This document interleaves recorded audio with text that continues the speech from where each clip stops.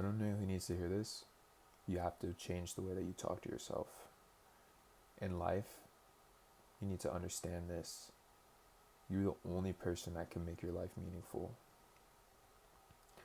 Every breath that you take is an opportunity for you to be the best authentic version of yourself and for you to free yourself from whatever is shackling you to the thoughts that are not representing what you want to be. The coolest thing about life is understanding little things that you never saw or thought of from a perspective of another person. The perspective that I could give you is to understand that you are a child. Your inner child is never left.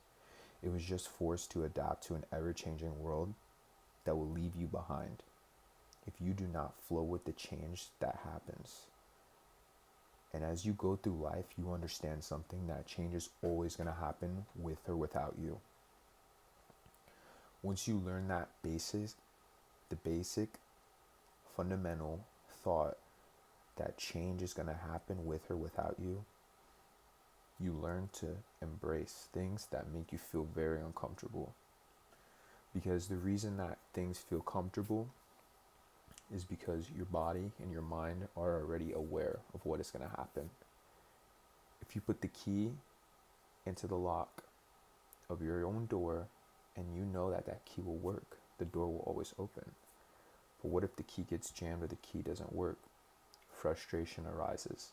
It's natural in your human instinct to react that way when things are not right. And to know that, you can kind of apply that to the way of the world. The next thing I would love to say is that positive affirmations to the self are very beneficial to you. Simply telling yourself that you are great, simply telling yourself that you are worthy, simply telling yourself that you are loved is going to go a long way in life. Because if you are dealing with things of anxiety, depression, any of these disorders that make you feel bad, you realize that what are you doing a lot? You're repeating a lot of negativity to yourself. You're repeating an affirmation.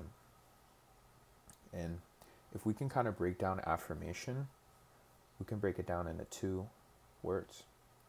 Affirm, according to the dictionary, is to state as a fact, assert strongly and publicly. So if you affirm that you are worthless, if you affirm that you are not worthy, then you are stating that as fact. And if we know anything about science or education, facts are set in stone. So if you were constantly repeating to yourself something that you were just set in stone in, you're just going to always believe that. And the thing about it is, if you believe something, then it is fact. If you believe it, it's fact, it's truth. Nothing can change it. So if you do apply that to using positive affirmations and saying good things about yourself, then you are affirming that you are great. But the problem is, people will love to belittle themselves and enjoy doing it. I don't enjoy it. Yes, you do. You understand that your body is comfortable doing it, and it will do whatever it is comfortable doing. In a sense, you are enjoying it without even realizing it while you're going through the pain of having it happen. So the other half of it is ation. So according to the Bronatica dictionary, ation is the action or process of doing something. So an affirmation is the process of stating something that is a fact. So if we can change those negative thoughts and we can affirm them into good, positive thoughts, we are literally telling ourselves that we are doing great and that this is fact and it is set in stone. So how can we do that? Well, we create the thoughts that you want by reciting them. You tell yourself every day that I'm great. By day 7, it's going to be in your mind that you are great. You're going to wake up thinking you're great. Day 21, you're going to feel great. You keep repeating that, and that is going to become your life. Because what you realize right now is you are repeating the negativity at the moment. So the negativity is what you will be. You are what you think. That's literally what they say. You are what you eat. That little joke that people always made, you are what you eat. People would always answer with some stupid thing. You are what you repeat. Understand that when it comes to trying to be better, that you need to tell yourself that you are, not that, not that you are. Ugh, you are. Because all the time you tell yourself you're dumb, you're stupid, you're this. Why don't you repeat that with positive things? Instead of always focusing on the things that could go wrong and the negativity, you want to present yourself with resolution to change that and be better. And the thing is, what you think and consume will ingrain itself in your brain. What you notice with a lot of people is a lot of people are just regurgitating anything that they hear on the social medias that they're um, indulging in, and they're just regurgitating a lot of the news. You know, a lot of the people, you can tell what kind of news they watch just based on what they say and the facts that they present to you. It's as simple as that. It's the same aspect in life. You have to understand it. Just because it's a political or it's a thing that they saw on TV doesn't mean that that can't apply to any different situations in their life. So you can use that knowledge of watching other people be blind and be cloaked to their own thoughts and just apply that to yourself and realize that you can work with what you see, apply that to yourself, and then work outward. Life will change so much for you. And also, if you want to get technical in the scientific world, there's a thing called neuroplasticity, and it is simply the ability to change your brain. And if you want the definition of it, it is the brain's ability to change and adapt throughout life, forming new neural connections and modifying existing ones.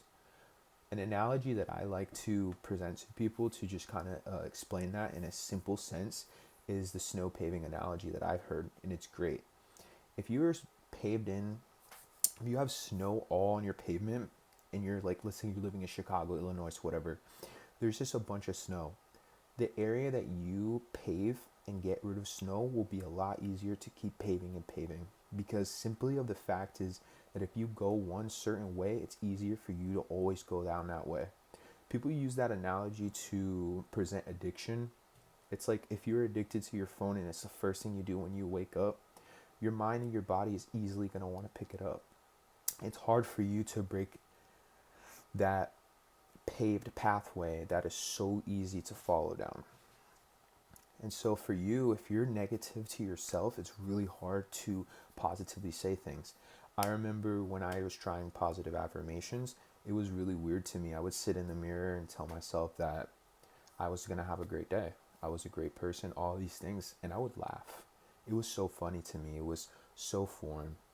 As I did it, my life differently changed a lot. I started to view myself in a different sense, and I started to realize that I'm my best friend. Regardless of whoever is going to be there and has my back, as another human living being is going to have my back, I'm my best friend at the end of the day. And if I don't love myself and if I don't put myself in the best situations mentally, then no materialistic thing or nobody else is going to be able to do that for me. So once I got that basic fact down, I learned that I'm me. Nobody's going to change what I am.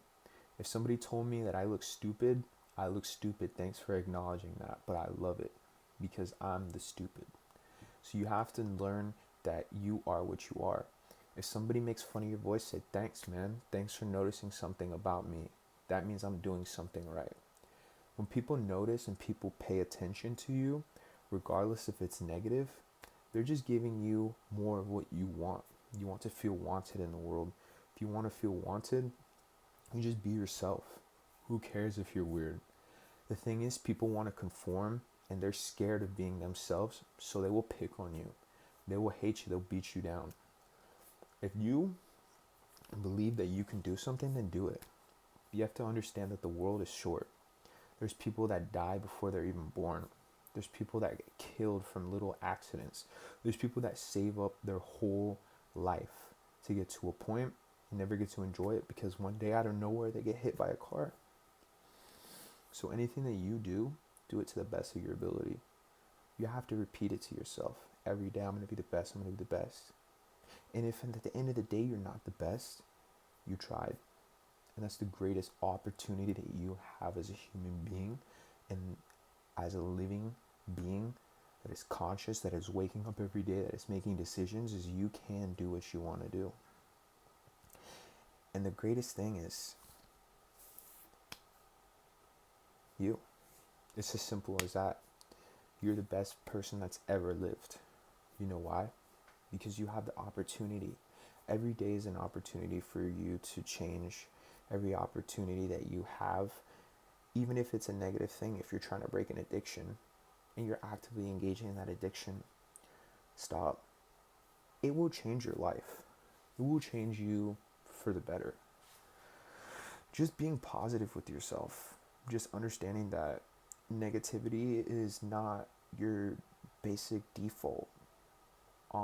Seeing how the mind works, studying the psychology of humans, understanding that you might be negative to yourself based on what other people said, and then you've taken that and affirmed that. So that's where that affirmation comes in. That's why people love to preach positive affirmations and all of those things. And something that I believe in, it's really weird, is that if I was perfect, I would never be alive. Because if I was perfect, I would not need to be on this world. And I'm a believer of God, I'm a believer of Christ. So the only perfect man is Jesus himself. The only perfect man is God. The only perfect person, entity, the Holy Spirit, the big three, the Holy Trinity. They're all perfect. But God, for himself, said that I want to show you that it is possible to walk on this earth and live a faithful life. And in the end, God took all our sins. So technically he did sin, if you want to believe it like that. But just understanding that even the most perfect man came down to the earth to show you that what you feel and everything that is happening to you, you can change and you can be the author of your own book. The greatest thing is God gave you the pen. God gave you the pen. Every day when you have a choice, it's called free will. Essentially, God said, go be your own author. Go be your own author. And he told you like this. He's like, the world is your Amazon. Go sell your book. Go show the people that you can be what you want to be. Go show the people that you can carry on my word and you can do things for me and show all my glory. That's the awesome part about life. You have the pen. You are the author. You write your own book. Every time that you see a successful person, sometimes those successful people did some pretty shady and sneaky things. You know, success is not always the prettiest thing. You might see a billionaire and be like, I wish I was him. But when you find out what he's doing and what he has been involved in, you're like, oh no, I don't want to do that. But that's the